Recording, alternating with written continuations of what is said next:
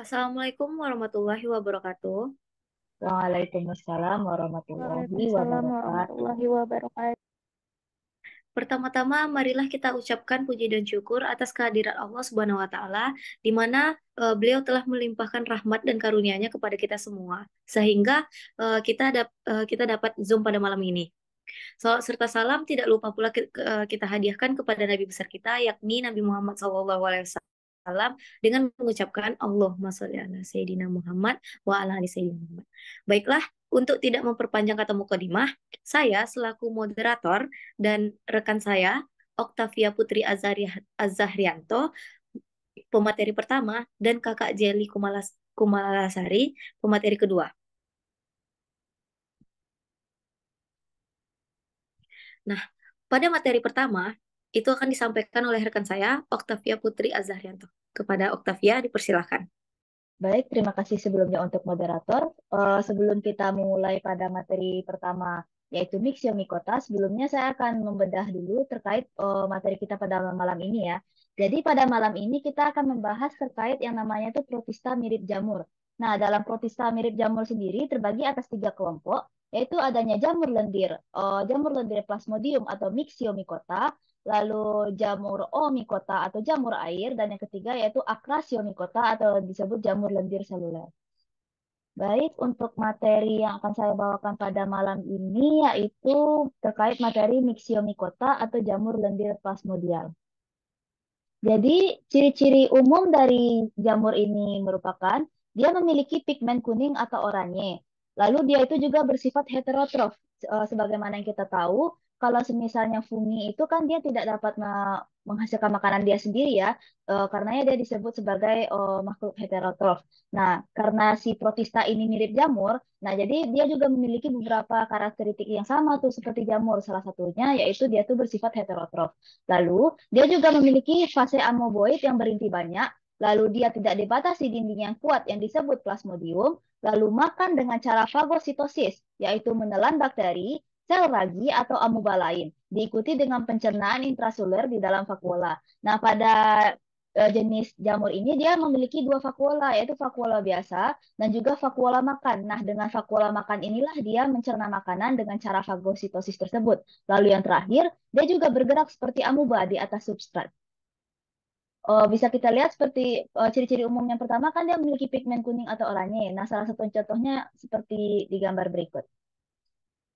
Lalu untuk struktur tubuh, pada kelas Pseudomyxomycetes, tubuh buahnya atau sporokrap beberapa jenis tertentu berbentuk sederhana. Nah, seperti di gambar kita lihat bentuknya sangat sederhana kan, ada sporokrap di atasnya, lalu ada tangkai dari si sporokrapnya itu sendiri. Lalu satu tangkai membawa satu kelompok spora di ujungnya. Lalu tubuh jamur lendir berupa plasmodium yang merayap secara amoeboid pada substrat. Nah, untuk jenis jamur ini, dia tuh hanya dapat bergerak secara amoeboid jikalau kalau semisalnya tuh daerahnya itu daerah yang lembab. Nah, kalau semisalnya daerah-daerahnya itu tidak mendukung pergerakan amoeboidnya, maka dia akan berubah nanti menumbuhkan si sporokrap tadi yang disebut dengan stal. Nah, plasmodium sendiri merupakan gumpalan plasma dengan banyak inti yang dibatasi oleh membran dan menghasilkan pigmen bola kuning atau jingga kemerahan.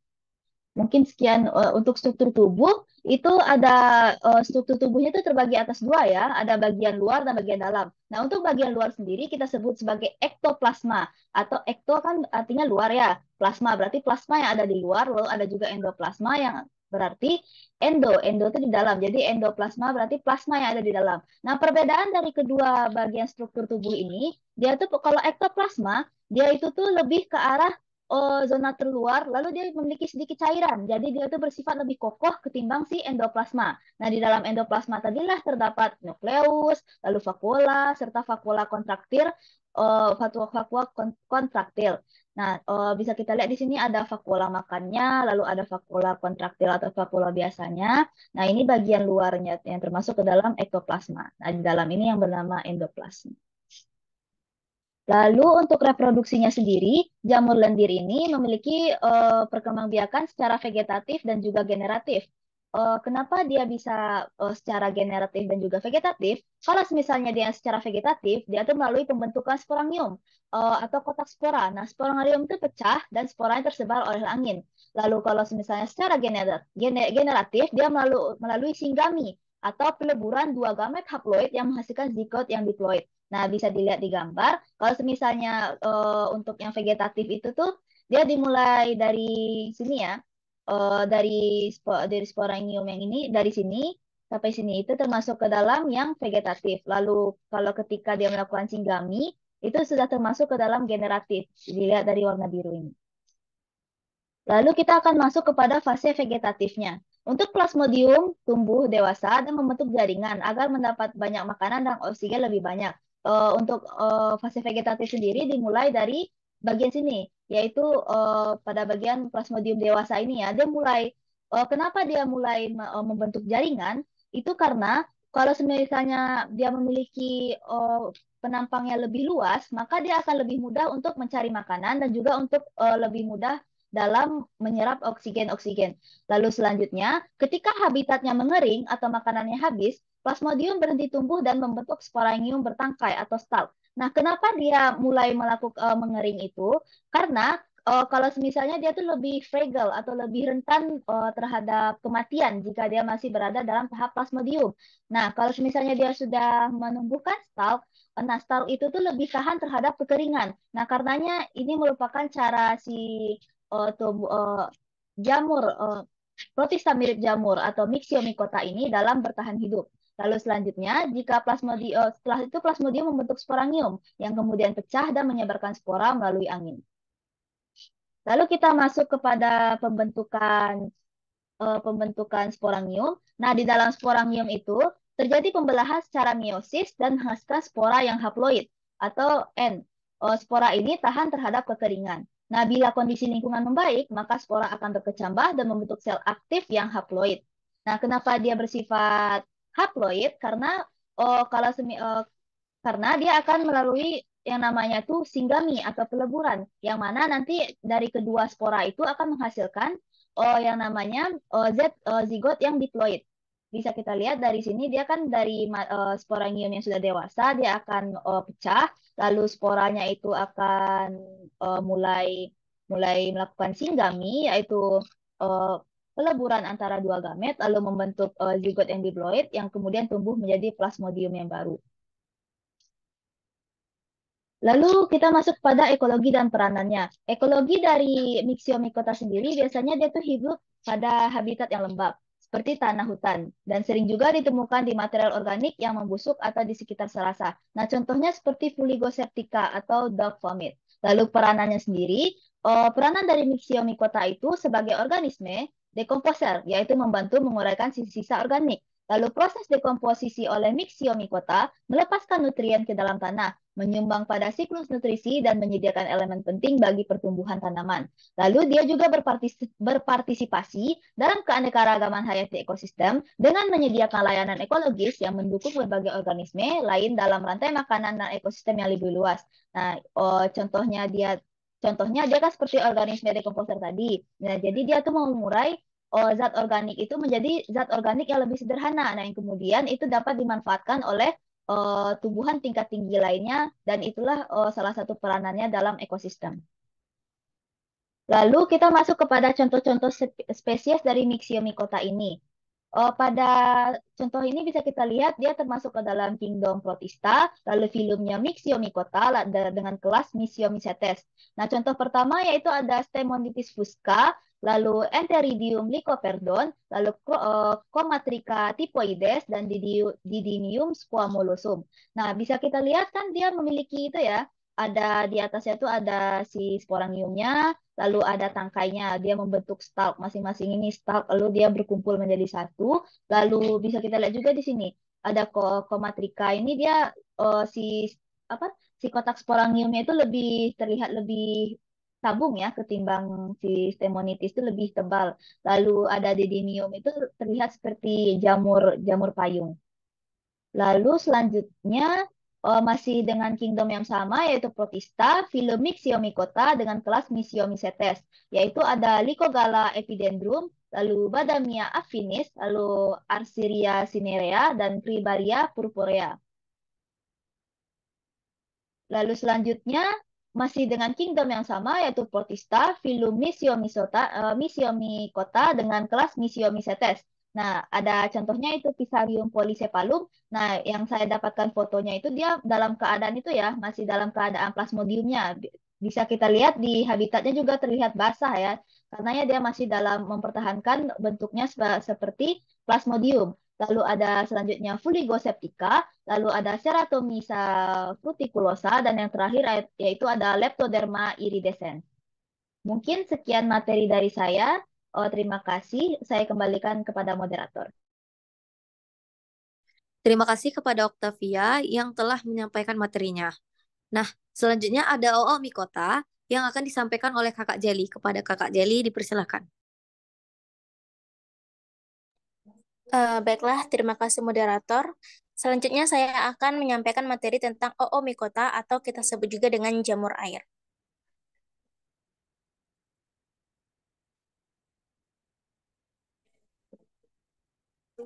Oke, adapun ciri-ciri umum oomycota ataupun jamur air ini adalah yang pertama, dia itu memiliki dinding sel dari selulosa dan memiliki hifa yang tak bersekat atau melintang. Hifa ini kita sebut juga dengan benang-benang halus. Nah, hifa pada oomycota mempunyai dinding sel yang mengandung selulosa dan tidak mempunyai septa atau kita sebut juga dengan senositik. Reproduksinya itu dengan aseksual dengan membentuk zoospora berflagella 2 atau untuk pergerakan di air yang tumbuh menjadi hifa baru. Lalu reproduksi seksual dengan fertilisasi sel gamet yang menghasilkan zigot. Nah, jamur air ini juga bersifat heterotrofik, baik secara parasit maupun saprofit.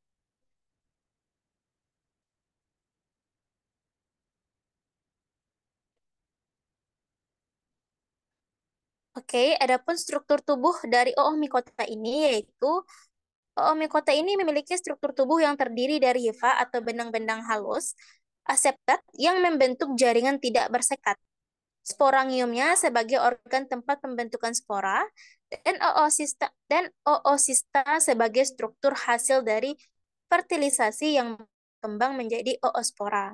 Struktur tubuh mereka ini berbeda dari jamur biasa karena dinding selnya terbuat dari selulosa dan bukan kitin.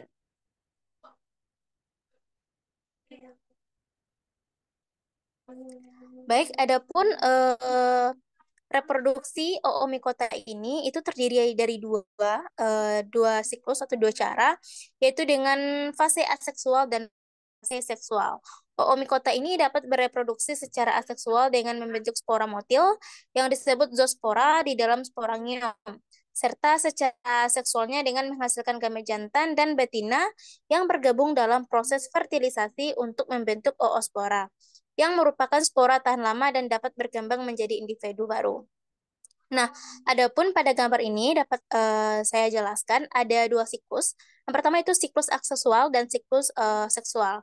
Adapun siklus aseksualnya itu bermula dengan adanya zoosporangium atau kita sebut juga dengan 2N yang berada pada ujung hifa yang terbentuk dari benang atau hifa yang membengkak. Nah, di dalam sporangium tersebut dihasilkan spora yang berflagela yang disebut zoospora atau 2N.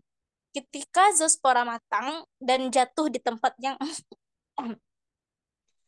ketika zoospora matang dan jatuh di tempat yang sesuai, maka akan berkecambah dan tumbuh menjadi miselium baru. Namun, jika lingkungannya itu tidak memungkinkan, maka zoospora ini kemudian membentuk sista untuk bertahan hidup. Nah, adapun siklus fase seksualnya, yaitu jika anterodium ini bersentuhan dengan oogonium, maka akan menghasilkan zigot. Nah, zigot ini akan berkembang menjadi oospora. Setelah mengalami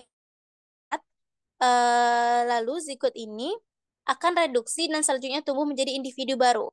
di mana individu baru ini akan berinti 4 awal mulanya, namun selanjutnya dia akan memiliki inti yang banyak. Lalu zigot ini akan mengalami germinasi atau perkecambahan untuk terjadinya pembebasan zigot yang dapat mengalami pembelahan meiosis untuk menghasilkan individu-individu baru.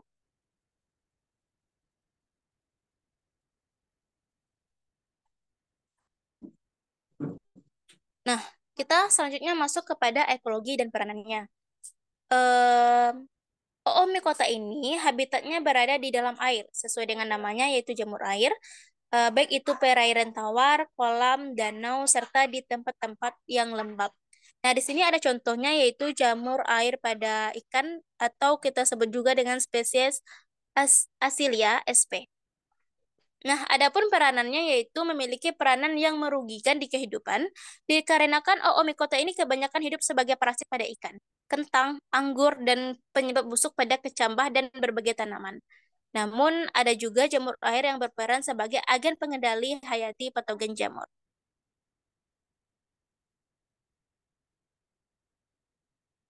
Nah, di sini teman-teman dapat melihat contoh spesiesnya.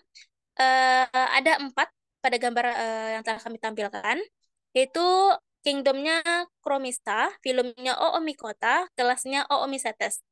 Nah, di sini spesies pertama yaitu Phytophthora kiticola, yang kedua Sclerospora graminocola, yang ketiga Albugo candida, yang keempat Peronospora destructor. Nah, di sini dapat dilihat pada gambar yang mana gambarnya berbeda-beda bentuk. Oke, lanjut. Nah, selanjutnya, spesies selanjutnya masih pada kingdom Chromista, filum Oomycota, dan kelas Oomycetes. Spesies pertama yaitu Pythium ultimum, yang kedua Saprolegnia parasitica, yang ketiga Apanomyces eutices, yang keempat Phytophthora infestans. Nah, Phytophthora ini biasanya jamur air yang sering hidup di budidaya tanaman seperti kentang.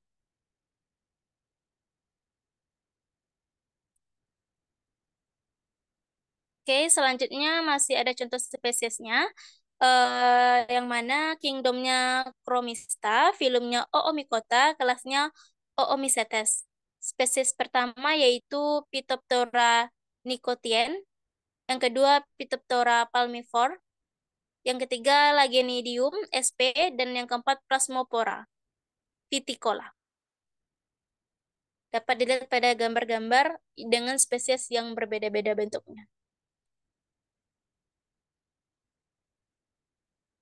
Oke, sekian materi yang dapat saya sampaikan. Selanjutnya saya kembalikan kepada moderator. Terima kasih kepada Kakak Jelly yang telah memaparkan materinya. Nah, ini materi terakhir yang akan saya sampaikan. Acrasiomycota, di mana Acrasiomycota ini kan jamur lendir seluler. Next.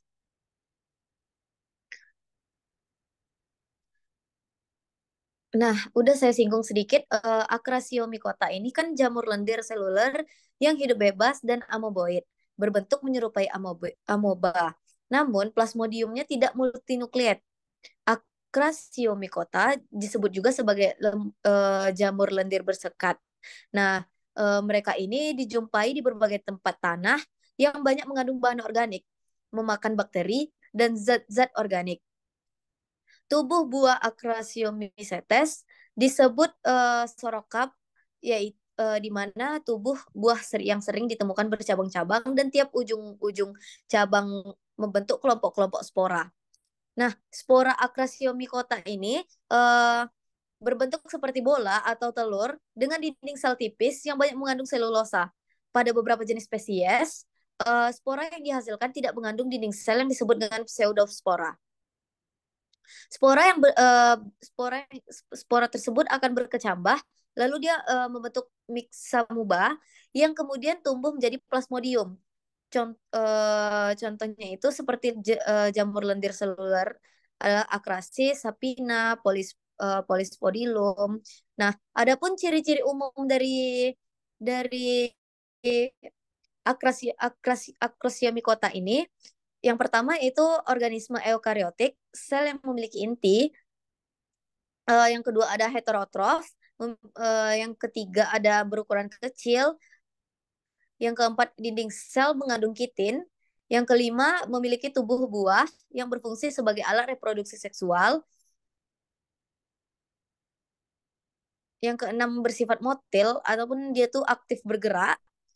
Yang terakhir, memiliki tubuh buah atau fruiting bodies yang berfungsi sebagai alat reproduksi seksual.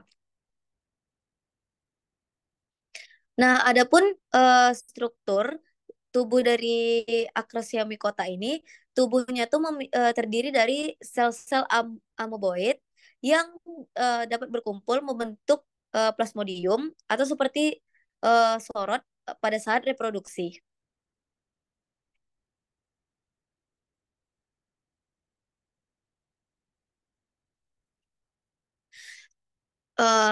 Adapun reproduksi dari Acrasiomycota, dia itu berkembang biak dengan cara pembelahan sel secara mitosis sehingga dihasilkan sel-sel berbentuk amoeba dalam jumlah yang banyak.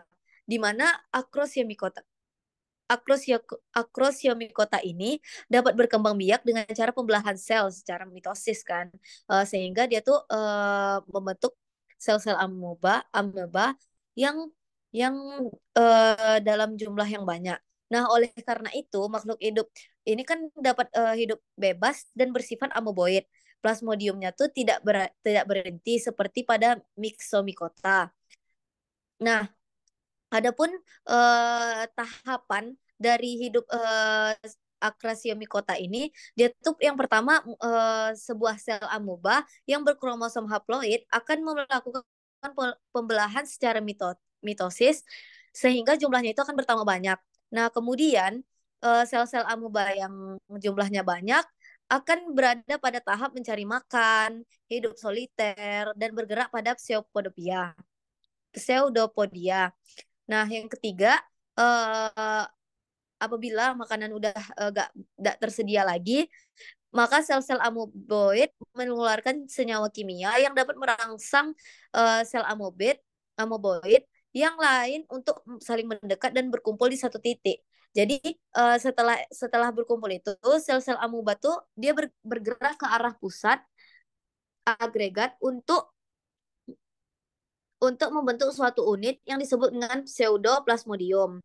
Nah, setelah itu pseudoplasmodium itu kan dia berkumpul, lalu dia itu berbentuk seperti peluru dan dapat berpindah dari ke arah yang cahaya, di mana eh, di mana tahapan siklus hidup jamur ini dia tuh bergerak yang terkena cahaya matahari.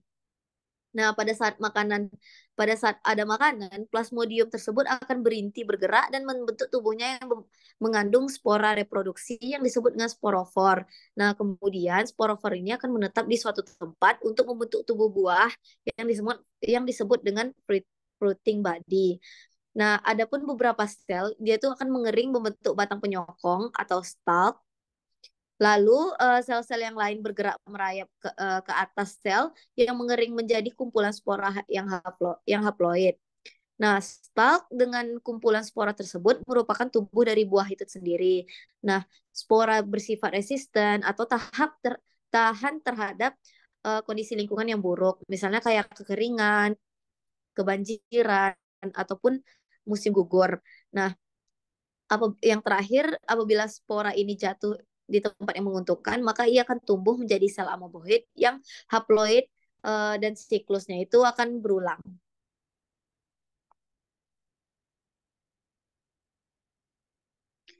Nah, adapun ekologi dan peranannya, saya ambil salah satu dari Dictyostelium discodium, di mana habitat dari Acrasiomycota ini dia berada di tempat yang banyak mengandung kotoran dari tumbuhan yang membusuk. Nah, selanjutnya peranannya itu Akrasiomycota ini kan dia berperan sebagai dekomposer yang membantu memecah bahan organik mati, mengontrol populasi mikroorganisme dengan memaksa materi, dan berfungsi sebagai indikator kualitas lingkungan karena sensitivitas mereka tuh terhadap perubahan ekosistem atau perubahan cuaca.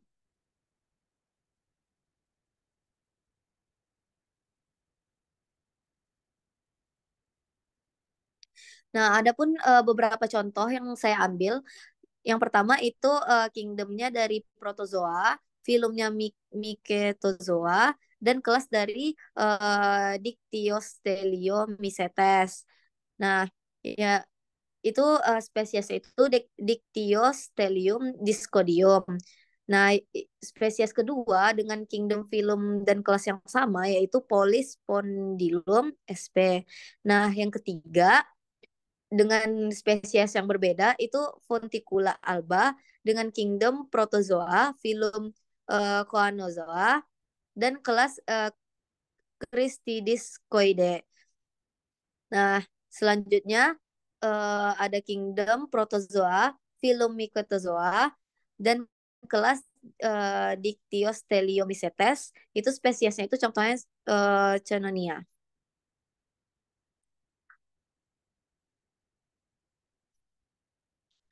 Nah, selanjutnya ada spesies Acrasis rosae. Nah, itu dengan kingdom protozoa, filum Percolozoa, dengan kelas Heterolobosae. Nah, selanjutnya ada Polyspondylum dengan kingdom protozoa, filum Mycetozoa, dan kelas Dictyosteliomycetes. Nah, selanjutnya dengan kingdom dan filum serta kelas yang sama, Dictyostelium sp. Selanjutnya ada dengan genus yang sama dengan spesies yang berbeda, Dictyostelium mucoroides.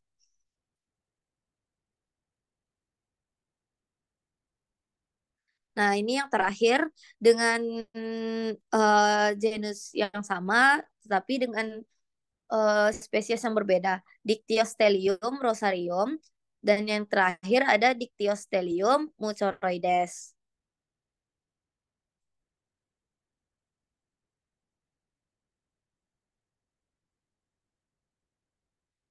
Nah, mungkin ini kami meletakkan beberapa daftar pustaka yang telah kami cari. Mungkin mungkin hanya itu yang dapat saya sampaikan. Lebih dari kurang saya mohon maaf. Apabila terdapat kata-kata yang salah, mohon dimaafkan. Assalamualaikum warahmatullahi wabarakatuh. Waalaikumsalam warahmatullahi wabarakatuh.